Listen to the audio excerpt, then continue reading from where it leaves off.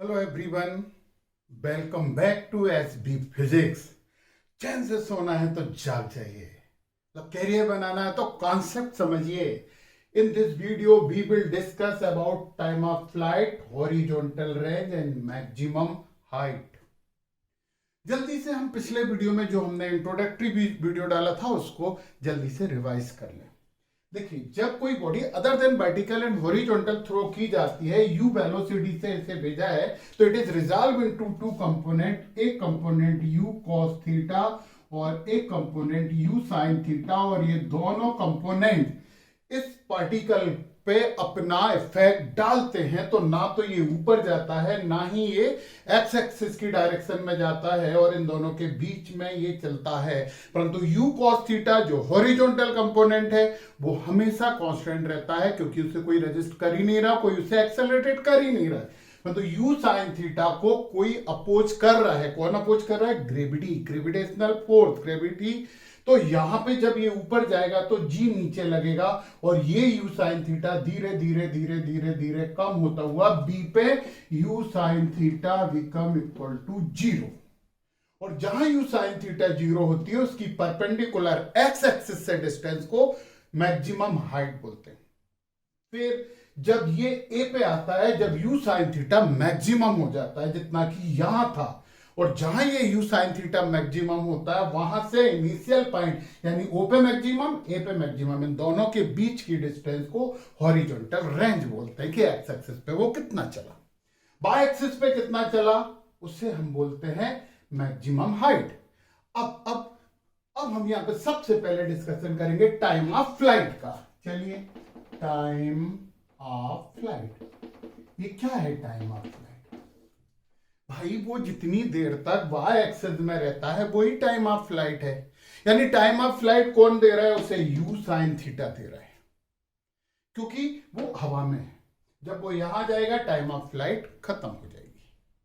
तो time of flight में यदि हम ओ से बी तक के लिए बात करें, ओ टू बी, तो ये तो हाफ टाइम ऑफ फ्लाइट है। चलो, हाफ ही टाइम ऑफ फ्लाइट है। हमें मालूम है कि v is equal to u plus a t होता है, और v इज इक्वल टू 0। मतलब v क्या है?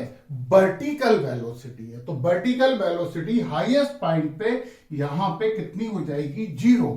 तो ये 0 हो जाएगा, और u तो u साइन थीटा है ही, और माइनस gt। तो gt इज इक्वल टू हो जाएगा u साइन थीटा, तो t इज इक्वल टू हो जाएगा u sine theta upon g। ये o से b तक time of ascending always equal to time of descending. जितने टाइम में वो ऊपर जाता है उतने ही टाइम में नीचे जाएगा। तो टोटल मतलब टोटल क्या? टाइम ऑफ फ्लाइट ही निकाल रहे हैं हम यहाँ पे, तो वो हो जाएगा 2t। और 2t इज इक्वल टू हम कैपिटल T ले लेते हैं, तो 2u sine theta upon g। ये रिलेशन था। तो पूरी टाइम ऑफ फ्लाइट हम डायरेक्ट भी निकाल सकते हैं। फिर से बोले, टाइम ऑफ फ्लाइट मतलब जितनी देर तक वो कहां रहेगा, जितनी देर तक वो वाई एक्सिस पे रहेगा, जितनी देर तक ये कंपोनेंट वर्क करेगा। तो हम एक और मेथड से इसे डायरेक्ट पूरा टाइम ऑफ फ्लाइट निकाल सकते हैं। वो फार्मूला है s is equal to u t plus half a t square. देखिए, आप यहां से चला है, और चल के यहां ही आ गया। वर्टिकल हाइट कितनी है? 0। वर्टिकल हाइट है 0। मतलब टाइम ऑफ फ्लाइट में हम केवल किस एक्सिस की बात करेंगे? वाई एक्सिस की बात करेंगे, केवल वर्टिकल की बात करेंगे, क्योंकि वो वर्टिकल में ही तो फ्लाइट ले रहा है। तो 0 is equal to u sine theta into t minus half g t square. तो हाफ जी टी स्क्वायर इधर ले आइए, तो u sine theta into t है, स्क्वायर से ये कैंसिल, तो t is equal to 2u sine theta upon g। ये हमारा टाइम ऑफ फ्लाइट हो गया। इसे हम कैपिटल T से लिख देते हैं। तो ये था टाइम ऑफ फ्लाइट। अच्छा, टाइम ऑफ फ्लाइट के लिए हम एक एंगल थीटा और उसका कंप्लीमेंट्री एंगल 90 माइनस थीटा, मतलब यदि हम कंपेयर करें यहां पे एंगल और उसका कंप्लीमेंट्री एंगल, मतलब theta and 90 minus theta, theta के लिए T1 मान लेते हैं, T1 is equal to 2u sine theta upon g, और 90 माइनस थीटा के लिए T2 मान लेते हैं 2u sine 90 minus theta upon g. हम क्या करें, क्वेश्चन फर्स्ट है, क्वेश्चन सेकंड है, इन दोनों को आपस में डिवाइड कर दें, तो कर दें। T1 upon T2 is equal to क्या हो जाएगा, जी से तो जी कैंसिल हो गया, कर दो, 2u से 2u कैंसिल हो गया, हमारे पास बचा sign theta upon sign 90 minus theta का मतलब आप लोग समझते हैं कॉस थीटा, मतलब T1 upon T2 is equal to हो जाएगा tan थीटा।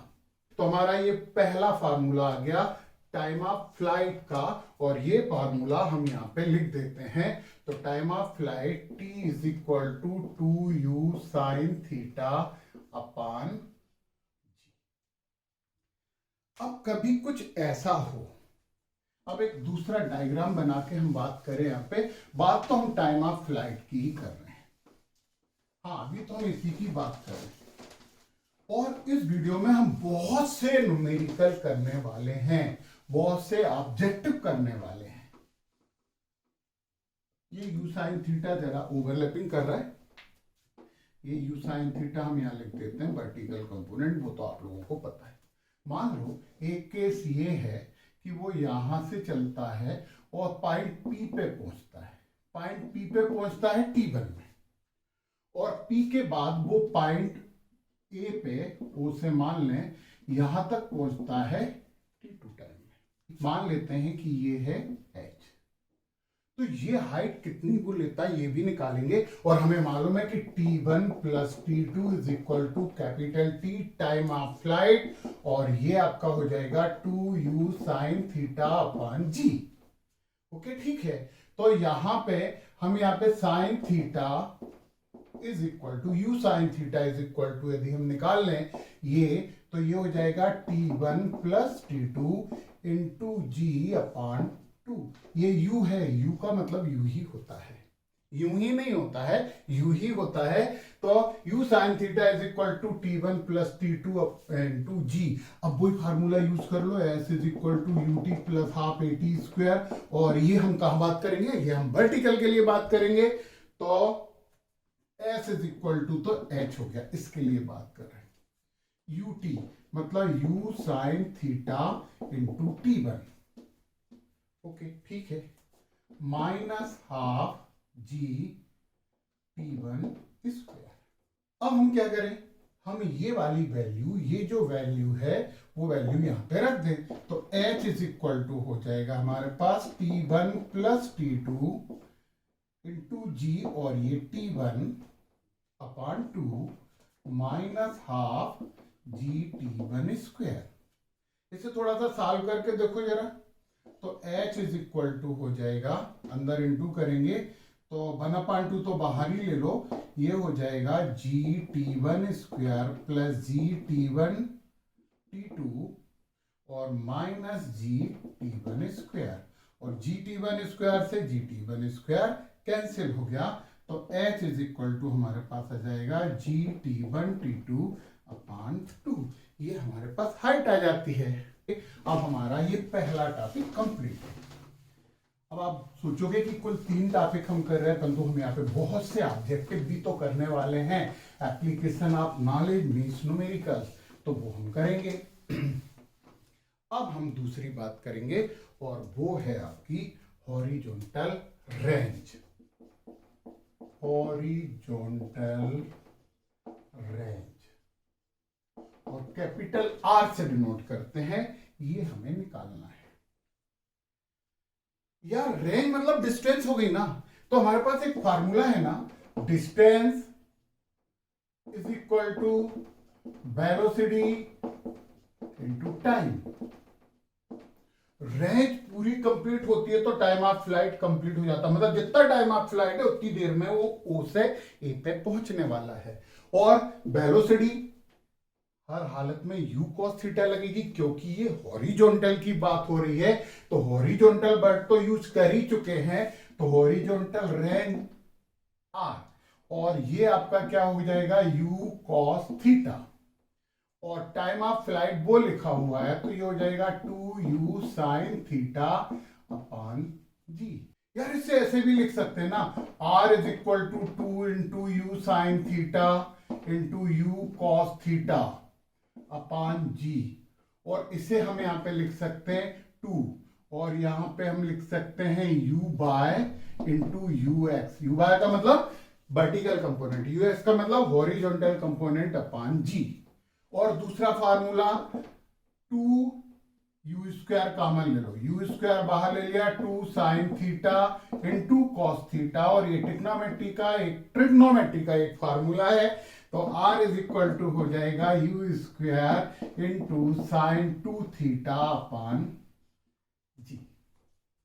तो हमारे पास जो हॉरिजॉन्टल रेंज आई सबसे ज्यादा, तो हम इस फार्मूले का यूज करेंगे, परंतु r is equal to u square sine 2 theta upon g हम यहाँ पे लिख देते हैं। Horizontal range is equal to u square into sine 2 theta upon g. अब मैक्सिमम रेंज कब होगी? कोई बहुत स्पेशल बात तो नहीं है मैक्सिमम रेंज की, हमें मैक्सिमम रेंज चाहिए। Maximum range differentiation rate of change, जब रेट ऑफ चेंज खत्म हो जाता है तो वो मैक्सिमम हो जाता है। एक वीडियो डाला हुआ है डिफरेंशिएशन का, आप लोग जरूर देख सकते हैं उसे। मैक्सिमम रेंज का मतलब है d r upon d theta is equal to 0 with respect to angle. Angle ही डिसाइड करेगा कि उसकी रेंज कितनी होने वाली है। तो d r upon d theta is equal to 0, तो d upon d theta r की वैल्यू ये वाली रख दें, u square sine 2 theta upon g is equal to 0, और यहां पे साइन 2 थीटा का कॉस 2 थीटा हो जाता है, तो u square into cos 2 theta into 2 upon g. 2 theta का करेंगे तो फिर यहाँ पे इंटू 2 भी हो जाएगा, into 2 upon g is equal to 0, और इसे सॉल्व करेंगे तो cos 2 theta is equal to 0। इसका मतलब है 2 theta is equal to 90 degree, तो theta is equal to 45 degree. आपकी मैक्सिमम रेंज कब आएगी? मैक्सिमम रेंज आएगी जब आप उसे 45 के एंगल से थ्रू करें। अब थोड़ी सी एक बात और, यहां पे हम फिर इधर थोड़ी सी जगह ले लेते हैं। कंप्लीमेंट्री एंगल के लिए बात करें, थीटा एंड 90 माइनस थीटा। देखना हम ये वाला फार्मूला यूज कर रहे हैं, r इज इक्वल टू, पहले थीटा एंगल के लिए कर रहे हैं तो 2u square sine theta into cos theta upon g. अब हम उसका 90 माइनस थीटा के लिए कर रहे हैं, 90 माइनस थीटा के लिए कर रहे हैं, तो r is equal to 2u square sine 90 minus theta into cos 90 minus theta upon g. हाँ जी, तो sine 90 minus theta cos 90 minus theta sine theta, तो r इज इक्वल टू क्या हो जाएगा 2u स्क्वायर, वही sine theta into cos theta upon g. लो भाई, ये भी वही है और ये भी वही है, मतलब दो एंगल कंप्लीमेंट्री थीटा और 90 माइनस थीटा के लिए रेंज सेम होती है। मतलब यदि आप यहां से इसका 30 के एंगल से इसे थ्रो करेंगे तो ये यहां जाएगी, और यदि 60 के एंगल से भी यदि करेंगे तो भी वो यहां जाएगी। 90 माइनस 30 मतलब 60 तो होता ही है। ये आपकी हॉरिजॉन्टल रेंज की बात हो गई है। चलिए अब हमारे पास तीसरी चीज आई है, और वो है मैक्सिमम हाइट। तो आइए भाइयों और बहनों, हम यहाँ पे डिस्कशन करते हैं मैक्सिमम हाइट का। चलिए भैया, लीजिए आपके सामने प्रस्तुत है मैक्सिमम हाइट, और इसे हम बोल देते हैं h। तो मैक्सिमम हाइट, तो ये बात भी भैया हमें वर्टिकल यानी बाय एक्सिस के लिए करना पड़ेगा, और यदि ये हमें निकालना है तो v square is equal to u square plus 2 ये एस वाला फार्मूला यूज करना पड़ेगा। मैक्सिमम हाइट पे v is equal to 0, final velocity 0 हो जाती है, तो इसे आप 0 लिख दीजिए। u स्क्वायर मतलब यहां पे हमारा u साइन थीटा मतलब u square sine square theta minus 2gh। 2gh इधर ले आइए ना, 2gh is equal to u square sine square theta, तो h is equal to u square sine square theta upon 2g।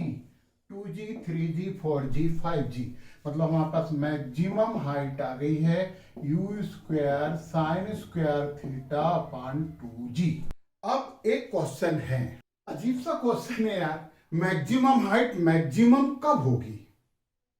जब किसी भी हालत में sine square theta is equal to 1 हो जाए, क्योंकि साइन थीटा में इससे बड़ी कोई वैल्यू है ही नहीं, तो साइन 90 1 होता है, इसका मतलब है कि थीटा इज इक्वल टू 90, तो h मैक्सिमम हो जाएगी, वो हो जाएगी you square upon 2g।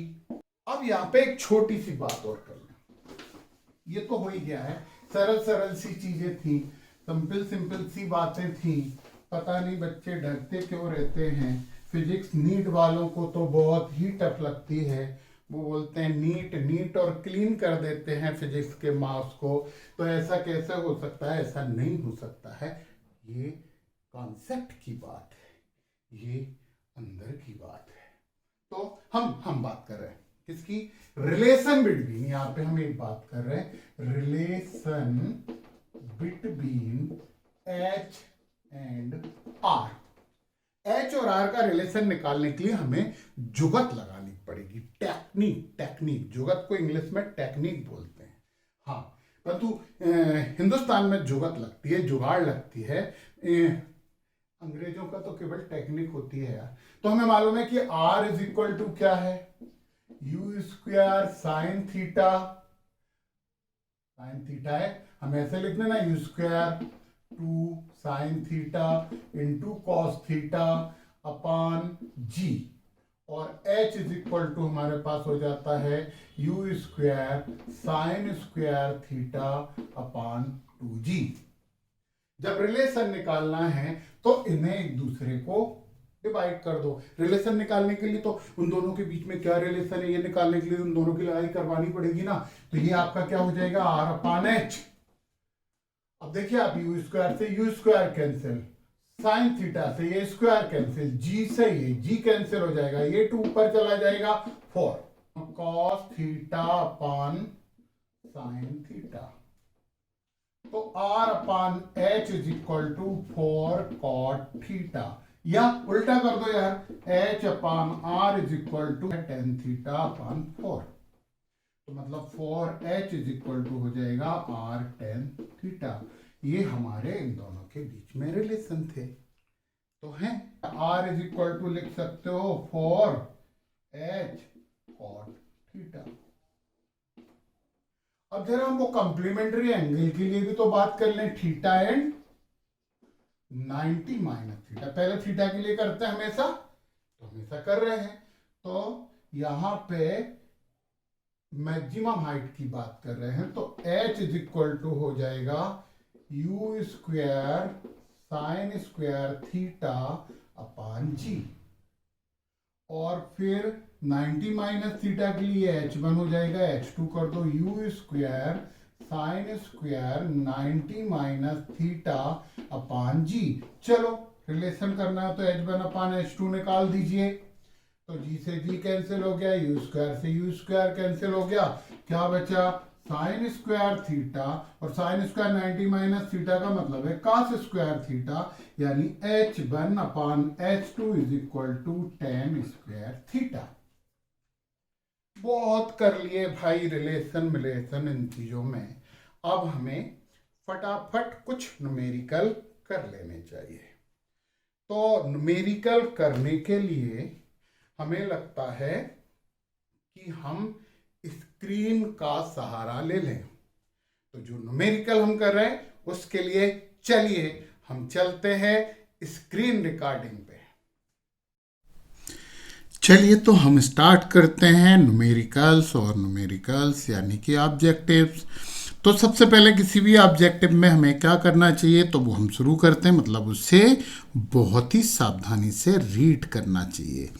A ball is projected upward from the top of the tower with a velocity 50 meter per second, making an angle 30 with the horizontal। इन्होंने tower बोला, हम आपसे बोल रहे हैं कि आप अपनी छत पे खड़े होके और ऊपर ही उसे उछाल रहे हो। द हाइट ऑफ टावर, आपकी छत की जो हाइट है वो 70 मीटर है। After how many second from the instant of throwing will the ball reach the ground, मतलब पहले ऊपर जाएगी फिर वो नीचे आएगी। तो चलिए इसके लिए पहले डायग्राम बना लेते हैं। तो ये है 70 मीटर हाइट टावर। यहाँ वो खड़ा होके बदमाश बच्चा ऊपर बॉल फेंकता है 30 एंगल से। तो ये ऐसे ऐसे ऐसे ऐसे करके यहाँ गिरती है। तो ये है पूरा टाइम ऑफ फ्लाइट। भैया हमारा वो फार्मूला तो यहाँ नहीं लगेगा, वो तो यहाँ ख़त्म हो जाता है। यदि यहीं की बात होती तो हम लगा लेते।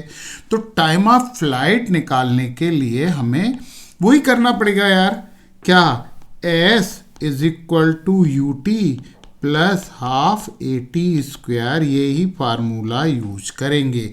है s का मतलब यहाँ पे जो है वो है हाइट 70 मीटर। अब आप एक क्वेश्चन कर सकते हो, इसकी प्लेस पे हमने 70 लिखा, u कंपोनेंट तो माइनस u साइन 30 आएगा इंटू टी, क्योंकि वो ऊपर जा रहा है, हमें यहाँ नीचे तक की लेना है, इंटू टी प्लस, अब नीचे आएगा तो g तो प्लस हो जाएगा हाफ GT स्क्वायर। जी के प्लेस पे हम 10 ले लेते हैं, इन्होंने दिया नहीं है, 9.8 लेना चाहिए, पर तो कौन करे यार इतना कैलकुलेशन। ये सबकी वैल्यू रख देते हैं हम। तो आपको पता साइन 30 कितना होता है, 1/2 होता है। 20 is equal to minus u के प्लेस पे हमने लिखा 50 इंटू 1/2 इंटू टी और प्लस हाफ 10t स्क्वायर। अब यहां पे आप एक क्वेश्चन ये नहीं उठा सकते कि सर ये ऊपर भी तो गया है, आपने तो यही हाइट ली है। आप जरा वो फार्मूला सुनिए, t is equal to 2u sine theta upon g. ये जो टाइम ऑफ फ्लाइट है इसमें कहीं हाइट है ही नहीं, t is equal to 2u sine theta upon g में। तो आप ये वाली हाइट की तो चिंता छोड़ दो, ये हाइट बैक करेगी क्योंकि वो इतना नीचे आ रहा है। अब आपने जी यहाँ पे प्लस क्यों लिया है, ये है ना, और ये माइनस क्यों लिया, क्योंकि थ्रो ऊपर किया था तो माइनस लेंगे, गिर नीचे तक रही है तो हम उसे प्लस लेंगे। तो बस प्लस लेंगे तो ये हो जाएगा 70 is equal to minus 25t और प्लस 5t स्क्वायर। 5 से सबको कैंसिल करके इसको इस तरफ ले आओ, 70 को आप सामने पहुंचा दो तो ये हो जाएगा t स्क्वायर, माइनस 5 से डिवाइड भी कर दिया है, माइनस 5t और 70 भी तो 5 से डिवाइड हो जाएंगे तो ये हो जाएगा 14 इज इक्वल टू 0। तो देखिए आप इसके फैक्टर बना लीजिए, तो t square minus 7t minus 2 minus 2t minus 14 is equal to 0। ये कैलकुलेशन तो मुझे तुम्हें सिखानी ही नहीं है ना। t कॉमन ले लिया, t माइनस 7 हो गया, माइनस 2 कॉमन ले लिया, t माइनस 7 हो गया, है ना। तो ये प्लस होगा तो माइनस, तो प्लस 2 ही कॉमन लेंगे। तो यहाँ पे हमारे पास t माइनस 7 दोनों में से कॉमन आ गया। तो देखा सर, कैलकुलेशन किया करो, आप भी गलती कर देते हो। t प्लस 2 और t minus 7 is equal to 0। तो t इज इक्वल टू या तो माइनस 2 है या t इज इक्वल टू 7 है। और आपको पता है कि समय तो कभी माइनस हो ही नहीं सकता, टाइम नेवर भी नेगेटिव, तो ये तो हमारा हो ही नहीं सकता। तो आंसर है t इज इक्वल टू 75 नहीं है, ये सेकंड है। दूसरा न्यूमेरिकल करते हैं। The friction of the air causes vertical retardation equal to 1/10 of the acceleration due to gravity. Take g is equal to 10 meter per second square. The time of flight will be decreased by। एक बात हम आपको बता दें कि बारातियों का स्वागत नहीं कि हम जब प्रोजेक्टाइल की बात करते हैं तो एयर का रेजिस्टेंस पढ़ते ही नहीं है, परंतु इन्होंने कंडीशन दी है और न्यूमेरिकल में वो कुछ भी कंडीशन दे सकते हैं, एनटीए वाले भी कुछ भी कंडीशन दे सकते हैं। हम इनिशियल टाइम t1 ले लेते हैं और t1 इज इक्वल टू हमारे पास हो जाएगा 2u साइन थीटा, और यहाँ पे ग्रेविटेशन हमने g1 बोल दिया। g1 क्या बोल दिया यार, ग्रेविटेशन हम g ही बोल दें। और अब t2 जब हम ले रहे हैं तो 2u साइन थीटा तो ये रहेगा ही रहेगा, और g में g का 10% बढ़ जाएगा तो g प्लस g/10 हो जाएगा।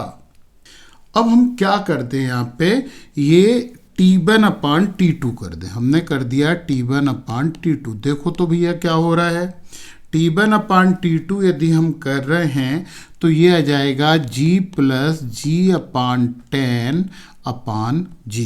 चलो इसे सॉल्व करिए। इसे सॉल्व कर लेंगे तो हमारे पास आ जाएगा t1 upon t2 is equal to, ये g यहाँ पे कॉमन लेके कैंसिल हो जाएगी, 1 प्लस 1/10 है तो 11/10 हो जाएगा। तो लिख देते हैं 11/10, ये 11/10 हो गए।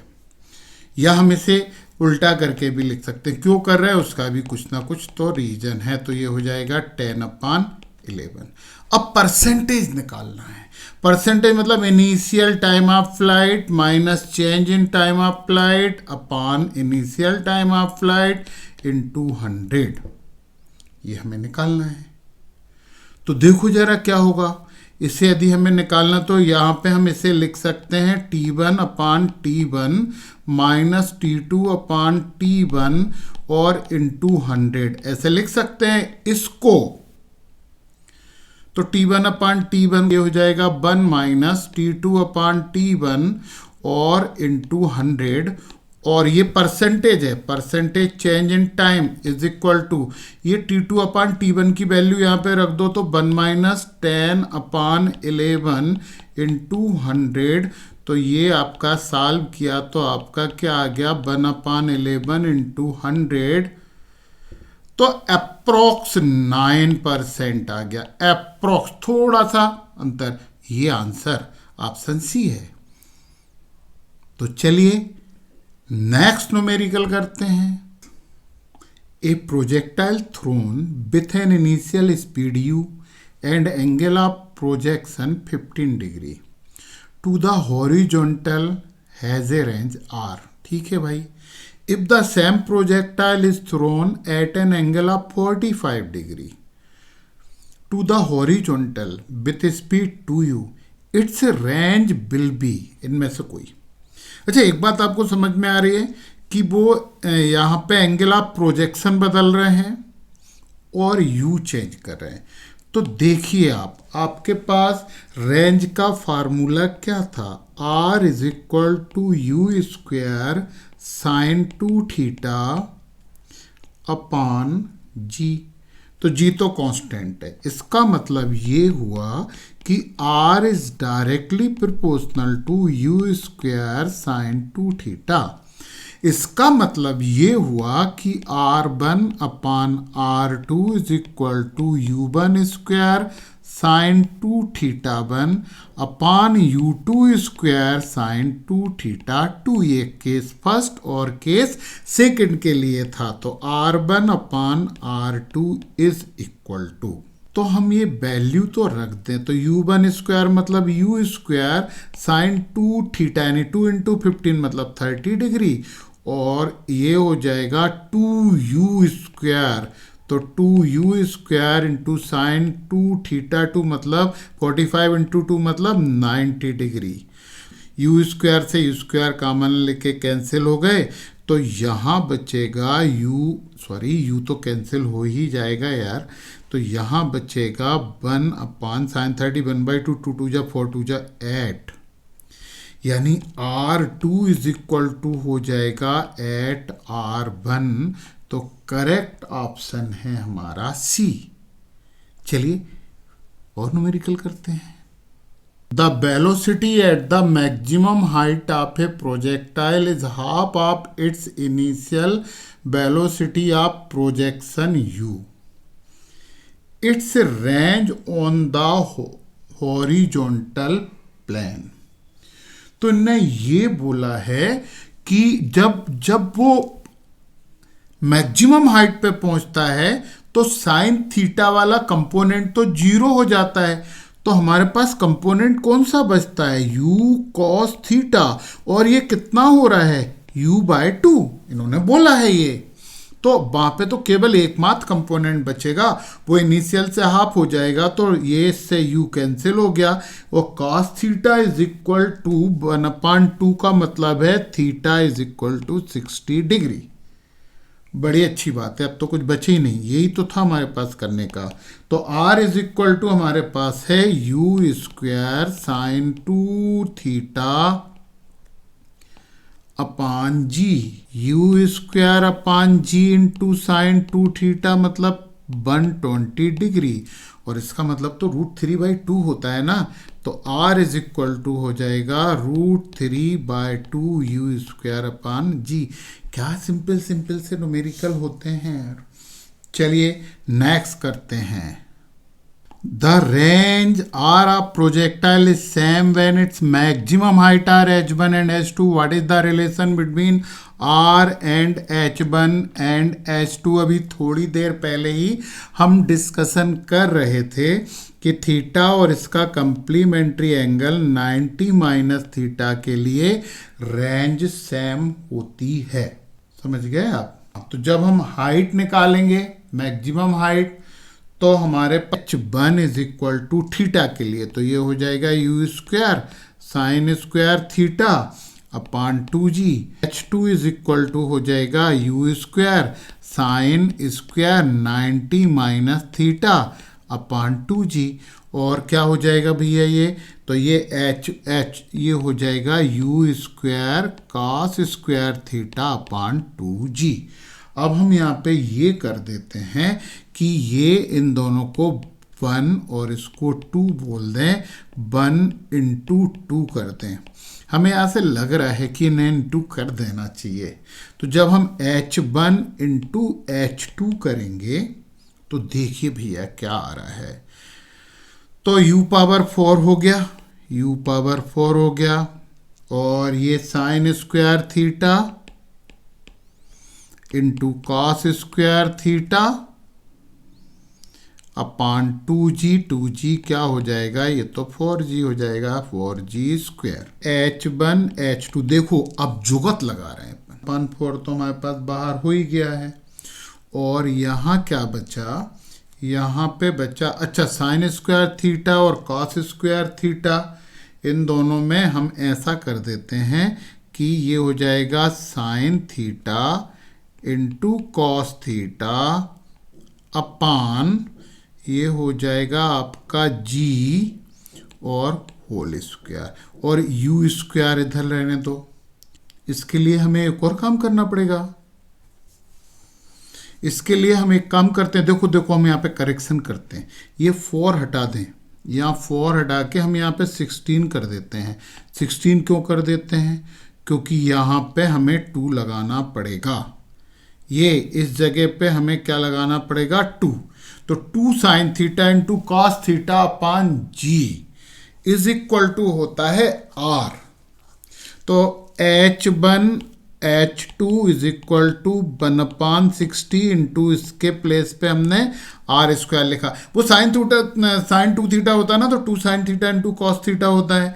तो r इज इक्वल टू हो जाएगा √16 h1 h2, यानी r is equal to 4 √h1 into h2 है कहीं पे, ये है हमारे पास। तो करेक्ट ऑप्शन इज डी। चलिए जी और भी न्यूमेरिकल करते हैं। Pankaj and Sudhir are playing with 2 different balls of mass m and 2m respectively. बड़े रिस्पेक्ट के साथ खेल रहे हैं वो दोनों। If Pankaj throws his ball vertically up, ये पंकज भैया फेंक रहे हैं ना, and Sudhir at an angle theta, ये आपके सुधीर सर हैं। Both of them stay in our view for the same period. The height attained by the 2 balls are in the ratio. हमें हाइट का दोनों का, पंकज भैया और सुधीर भैया दोनों के लिए हमें हाइट की ज़रूरत है कि वो हाइट कैसे हम निकालें उसे। चलिए हम पंकज भैया की सबसे पहले बात कर रहे हैं। तो ये पंकज हो गए, ये हो गए पंकज भैया। और T1 टाइम मान लेते हैं, चूंकि वर्टिकल अपवर्ड बोला है तो साइन 90 तो 1 होता है, तो यहाँ पे इनकी वेलोसिटी U1 है तो 2U1/G हो गई। ये पंकज भैया की हो गई। अब हम सुधीर भैया की बात करें तो सुधीर भैया का टाइम हम T2 मान लेते हैं, और यहाँ पे 2U2 इनकी जो वेलोसिटी है वो U2 है। और एंगल देखो ये वाला लेना पड़ेगा ना, हमें हॉरिजॉन्टल से लेना पड़ेगा, तो ये हो जाएगा साइन 90 माइनस θ/G। और इसको भी थोड़ा सा सॉल्व कर लो तो 2U2 cos θ/G हो जाएगा। अच्छा, उनने बोला है कि T1 इज इक्वल टू, बोला है तो मानो ना।